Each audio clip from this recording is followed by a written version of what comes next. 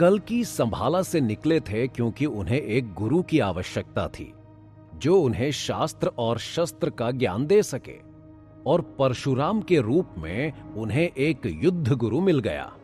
परशुराम ने कल्कि से महेंद्रगिरी पर्वत मतलब ओडिशा की ओर चलने के लिए कहा और कल्कि तैयार हो गए।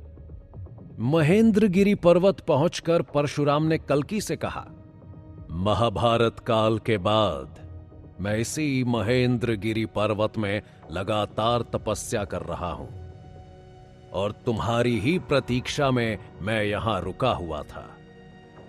अब तुम यहां वेद अध्ययन करोगे। इसके साथ ही तुम वो सारे शास्त्र पढ़ सकते हो जो पढ़ना चाहते हो। अनंत और शेष कल्कि की इस यात्रा में होकर भी कल्कि से बहुत दूर थे। अनंत सपने के द्वारा सब कुछ देख सकता था, लेकिन जो घटनाएं हो रही थीं, उसमें किसी भी तरह से सम्मिलित नहीं हो सकता था।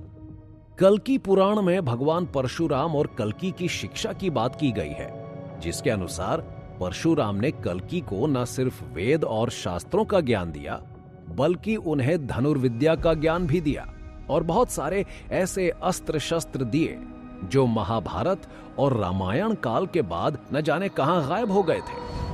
एक लंबे समय तक कल्कि ने परशुराम को अपना गुरु मानकर उनसे शिक्षा ली।